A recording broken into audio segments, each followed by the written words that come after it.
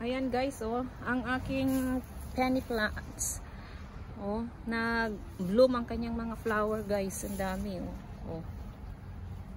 Ang dami. Mabango siya guys. Ang dami. Pag sabay-sabay na silang nag-bloom. Wow. Smells so good. Smells so good. Mayroon pa dito sa baba, oh. Ala. Laki guys, oh. And some ants go on it. Yeah. Oh, ganito ang kadami pag namumulaklak ang aking pony. Pony? Penny.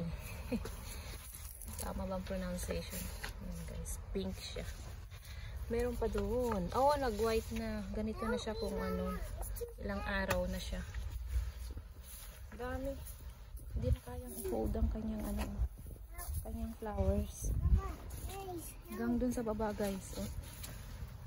Put it down, anak. Ayan. O, diba?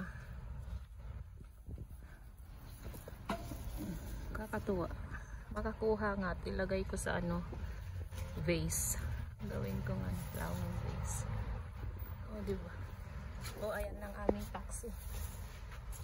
Okay.